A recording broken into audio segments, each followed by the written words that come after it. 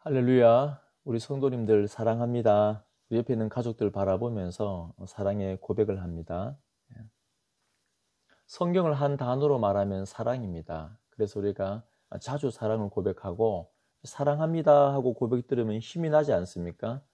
저도 이렇게 우리 연세 드신 권사님 장로님들께서 지나가시다가 목사님 하고 부릅니다. 예, 사랑합니다 하면은 막 힘이 나요. 막. 예. 자주 이렇게 사랑을 고백하시기를 바랍니다.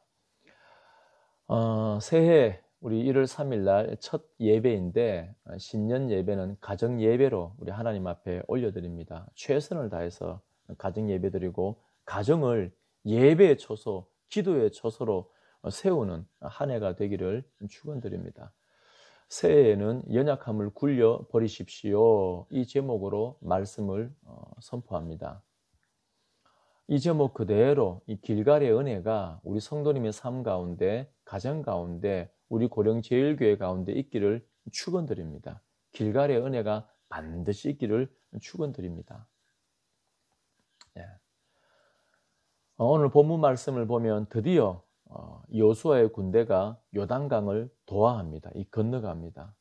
건너가는데 자꾸 이렇게 과거의 한 사건하고 같이 그렇게 겹쳐서 설명하고 있습니다. 그게 뭡니까? 바로 홍해 사건입니다.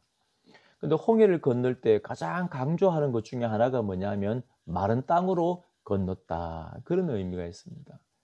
그래서 출애굽기 14장 16절에도 또 21절에도 있습니다. 모세가 바다 위로 손을 내밀매 여호와께서 큰 동풍이 밤새도록 바닷물을 물러가게 하시니 물이 갈라져 바다가 마른 땅이 된지라. 어떻게 그 출렁거리는 거대한 물이 가득한 그 바다가 마른 땅이 되겠습니까? 이 극과 극의 상황 아닙니까? 근데 그렇게 된 거예요. 뭘 의미하냐면은 우리가 구원받은 것은 그냥 대충 구원받은 것이 아니고 이건 사람이 상상할 수 없는, 측량할 수 없는 하나님의 놀라운 능력으로 구원을 받았다. 이걸 드러내는 겁니다. 그게 홍해 사건 아닙니까? 그런데 이번에 요단강을 건너는 것도 4장 22절에 보십시오. 마른 땅을 밟고 또 4장 23절에 너희의 하나님 여호와께서 요단물을 너희 앞에서 마르게 하사 너희를 건너가게 하신 것이 너희 하나님 여호와께서 우리 앞에 홍해를 말리시고 우리를 건너게 하심과 같았나니.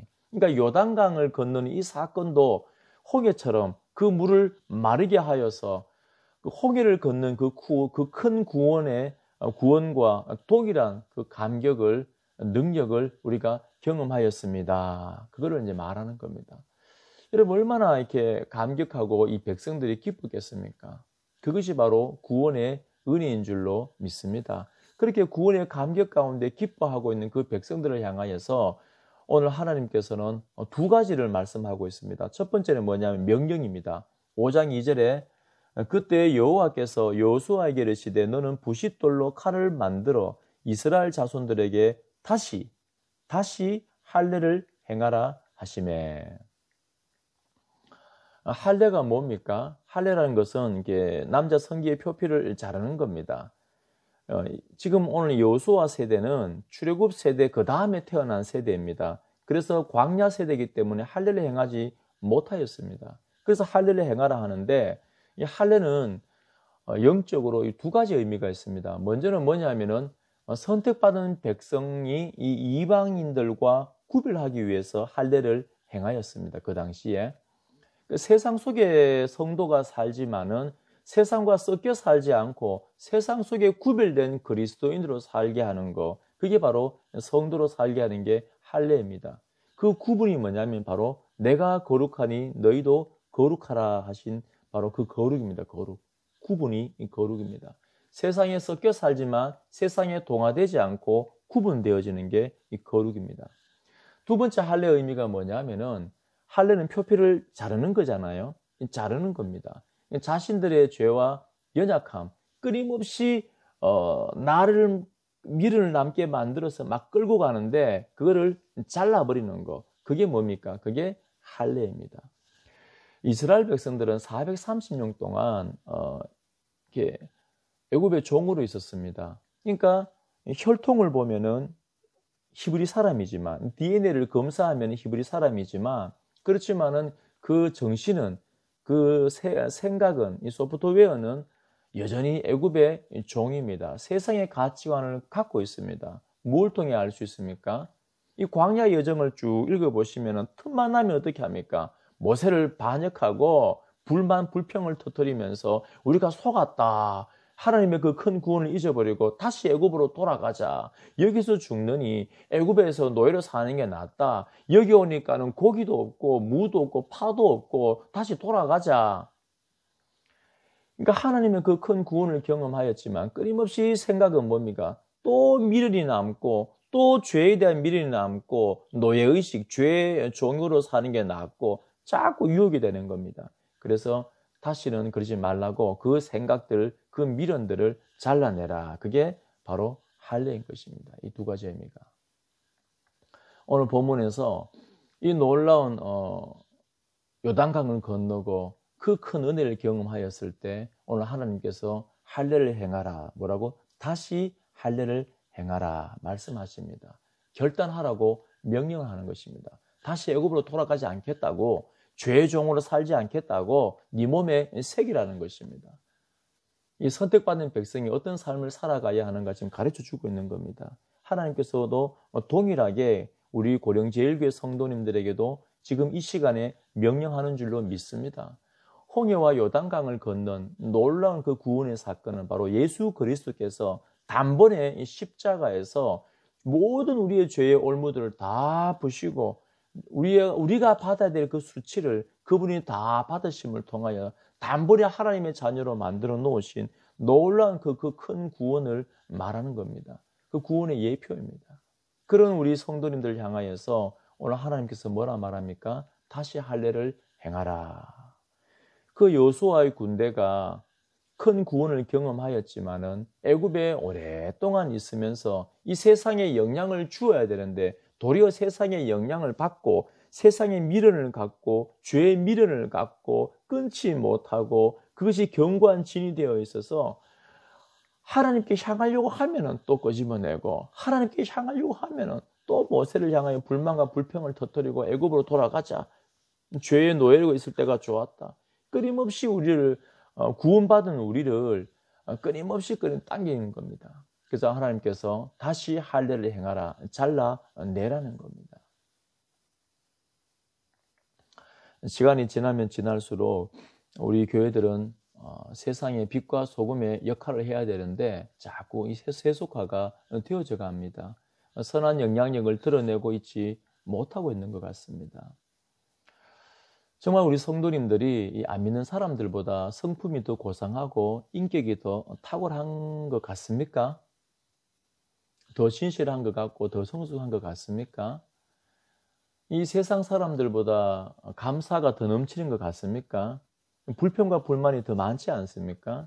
정말 칭찬과 격려가 있는지, 정말 우리가 서로 신뢰하고 있는지, 서로 의지하고 있는지, 사랑이 넘치고 있는지, 이 세상 사람들보다 더 탁월하다고 말할 수가 있습니까? 아니면 여전히 미움과 죄와 그 음란과 두꺼운 그 가면 속에 우리가 살고 있지 않는지.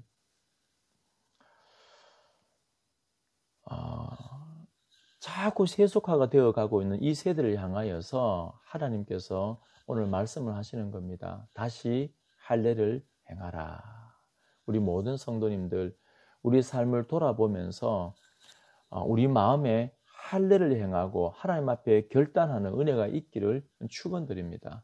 그래서 사도 바울도 로마서 2장 29절에 오직 이면적 유대인이 유대인이며 할례는 마음에 할지니, 마음의 할례를 행하라는 겁니다. 신명기 10장 16절에도 구약도 마찬가지입니다. 표면적 할례를 가지고 하나님의 할례라고 말하지 않습니다. 그러므로 너희는 마음의 할례를 행하고 다시는 목을 곧게 하지 말라. 우리 2021년도 또 새로운 기회를, 새 한 해를 우리에게 하나님께서 허락하셨는데 단번에 십자가에서 우리의 모든 죄를 사하신 놀라운 그 구원을, 그 감격을 다 회복하시고 오늘 이 시간에 하나님 앞에 마음에 다시 할례를 행하는, 다시 하나님 앞에 거룩하게 살겠다라고 결단하는 우리 믿음의 사람들 되기를 소망합니다. 잘라내셔야 돼요.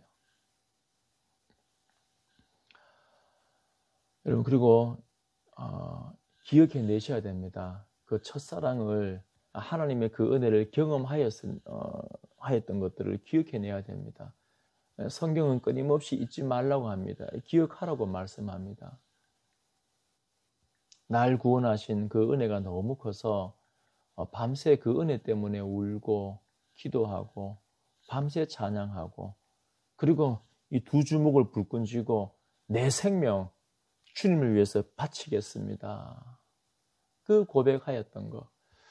그저 이 게으른 종을 충성되게 여겨준 것에 대해서 감사하고 내가 하나님의 일을 할 수 있다는 게 너무 기쁘고, 저는 처음 이게 교육전도사 하면서 그저 하나님의 일을 할 수 있다는 게 얼마나 감격스러운지 모릅니다. 이런 죄인을 구원해 주신 것도 감사한데 그 영광스러운 일에 동참시켜 주신 거 얼마나 감사한지 모릅니다. 그런데 그런 감사와 감격과 기쁨이 서서히 사라지고 내 안에 내가 다시 주인 행세를 행하고 종의 노예로 살아가고 천국의 소망이 사라지고 욕망이 내 안에 내 중심에 들어오고 내가 내 인생의 주인이 되어지고, 그렇게 자꾸 세속화가 되어지는 것 같습니다. 그러나 새해에는 우리 모든 성도님들 그 놀라운 한량없는 그 십자가의 은혜를 깊이 묵상하고 구원의 감격을, 첫사랑을 회복하는 은혜가 임하기를 축원드립니다. 그리하여 하나님 앞에서 할례를 행하는, 마음의 할례를 행하는 그 모든 죄악들을 다 끊어버리고 그 첫사랑 가운데, 그 은혜 가운데 내가 주님을 위해 살겠습니다, 이 결단하는 우리 믿음의 용사들 되어지기를 축원드립니다. 그리고 그때 하나님께서 할례가 끝나자 두 번째 말씀을 합니다. 9절입니다. 여호와께서 여호수아에게 이르시되 내가 오늘 애굽의 수치를 너희에게서 떠나가게 하였다 하셨으므로 그곳 이름을 오늘까지 길갈이라 하느니라. 아멘. 이 길갈이라는 이름은 이미 4장에서 사용하고 있습니다. 이미 4장 20절에도 사용하고 있는데 그 명칭이 어떻게 길갈이 되어졌는가, 그 이름의 기원을 오늘 5장 9절에 말씀하고 있는 겁니다. 구원의 감격 가운데 할례를 행하고 결단을 하였을 때 하나님께서는 길갈이다, 그 땅 이름을 길갈이다, 이렇게 그 이름의 기원에 대해서 말하는 것입니다. 애굽의 수치를, 길갈의 뜻이 뭐냐 하면은 물로 이게 떠나가게 하였다, 굴러 보냈다. 이 둥근 것이 커다란 바위가, 둥근 바위가 오르막에서 내리막으로 쭉 굴러 멀리 가는 거, 그게 바로 이 길갈입니다. 그러니까 하나님께서 이 애굽의 수치를 너희에게서 멀리 굴려 보내서 떠나게 하였다, 길갈이다, 이 축복의 말씀을 주시는 겁니다. 여기서 수치라는 것은 두 가지인데, 언약 백성이 복을 누리지 못하고 애굽의 종살이로 있었던 그 수치를 말합니다. 두 번째는 홍해를 건너 출애굽을 하고 광야에서 만나를 먹었지만 여전히 하나님을 신뢰하지 않았기 때문에 가나안 땅에 들어가지 못하고 죽어버린 전 세대, 그들의 그 죄를 의미하는 겁니다. 이 성경 신학적으로 말하면은 하나님을 신뢰하지 못하고 여전히 죄 가운데 사는 것을, 그 죄 안에 있는 것을 수치다, 부끄러운 것이다, 그렇게 말하는 것입니다. 그런데 오늘 하나님께서는 그 애굽의 그 수치를 너희에게서 멀리 굴러가게 하였다, 떠나가게 하였다. 그 말은 뭡니까? 이제 이 수치는 너희에게 없다는 거예요. 이 죄는 너희에게 없다는 겁니다.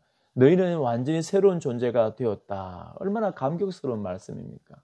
여호수아 시대 때 백성들에게 수치를 없애주신 이 사건은 결국에 예수 그리스도께서 십자가에서 단번에 우리의 죄를 없애주신 그 구원의 모형이고 예표인 것입니다. 이사야 53장 5절 6절에 그가 찔림은 우리의 허물 때문이요 그가 상함은 우리의 죄악 때문이라. 그가 징계를 받음으로 우리는 평화를 누리고 그가 채찍에 맞음으로 우리는 나음을 받았도다. 우리는 다 양 같아서 그릇 행하여 각기 제 길로 갔거늘 여호와께서는 우리 모두의 죄악을 그에게 담당시키셨도다.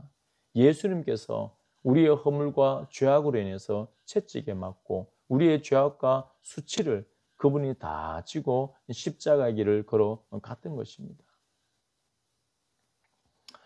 그래서 예수 그리스도를 내 구주로 믿는 이 십자가 사건을 받아들이는 모든 사람들에게는 이 수치가 멀리 물러갔기 때문에 이제는 죄가 사라지고 흰 눈처럼 양털처럼 깨끗하게 된 줄로 믿습니다. 그러니까 하나님께서 이렇게 우리의 수치를 죄를 물러가게 만들었는데 누가 우리를 정죄하겠습니까?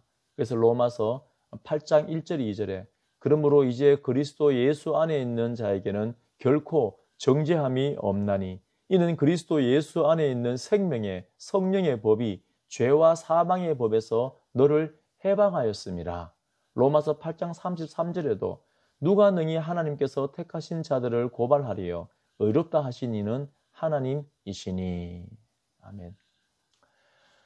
그 죄의 노예로 살던 그 수치스럽게 살던 우리들을 주님께서 단번에 해방시켜 주시고 하나님의 자녀가 되었습니다. 이제 우리 모든 성도님들은 이 새로운 피조물이 된 것입니다. 하나님의 자녀가 된 것입니다. 고린도후서 5장 17절에 그런즉 그리스도 안에 있으면 새로운 피조물이라 이전 것은 지나갔으니 보라 새 것이 되었도다. 이사야 25장 8절에 사망을 영원히 멸하실 것이라 주 여호와께서 모든 얼굴에서 눈물을 씻기시며 자기 백성의 수치를 온 천하에 제하시리라. 여호와께서 이같이 말씀하셨느니라. 아멘. 그러므로 우리 모든 성도님들은 우리가 얼마나 행복한 사람인가 우리 풍성히 우리 아시길 바랍니다. 깨닫기를 바랍니다. 정리합니다. 우리 모든 성도님들 십자가의 그 풍성한 사랑과 용서, 첫사랑을 이 기억해내는 은혜가 임하기를 원합니다. 나도 모르게 세상의 가치가 자꾸 들어와서 잠식당하고 이 세상 사람들과 구별되어 살지 않고 그렇지만은 그 은혜로 인하여서 오늘 하나님 앞에 마음에 할례를 행하고 결단하고 우리의 모든 죄를 우리의 연약함들, 미련들을 다 잘라내는 이 결단하는 그런 놀라운 고백을 드리기를 원합니다. 그렇다면 하나님께서 우리를 치료해 주십니다. 고치십니다. 우리가 서 있는 이 자리를 길가게 되게 하십니다. 우리의 모든 수치들을 멀리 물러가게 하십니다.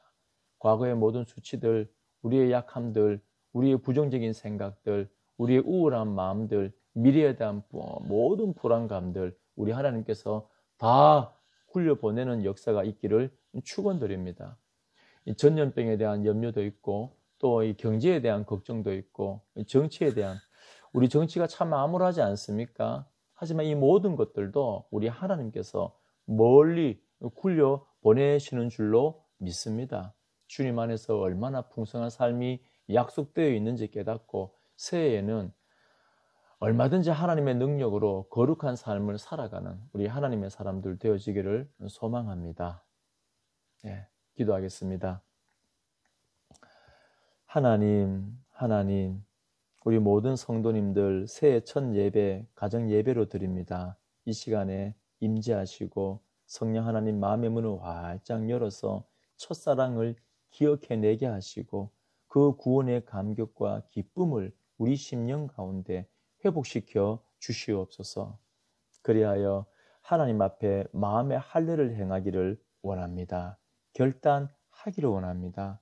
이 세상의 영향을 받지 않고 죄의 유혹들과 우리의 연약함들을 다 잘라내고 하나님 앞에 충성되어 살겠노라, 주님만 바라보고 열심히 살아가겠노라 결단하는 우리 믿음의 사람들 다 되게 하시고 그리하여 우리가 서 있는 이 자리가 길갈이 되게 하여 주옵소서. 우리 가정이 길갈이 되게 하시고 우리 모든 삶의 영역이 우리의 직장이 우리 고령제일교회가 길갈이 되게 하여 주시옵소서. 그리하여 우리의 모든 두려움과 우울함과 모든 연약한 것들을 다 굴러가게 하시고 하나님이 올해 이 새해에는 믿음의 용사가 되어서 힘있게 새로운 피조물로 당당하게 거침없이 살아갈 수 있도록 도와주옵소서. 예수님의 이름으로 기도드립니다. 아멘. 아멘.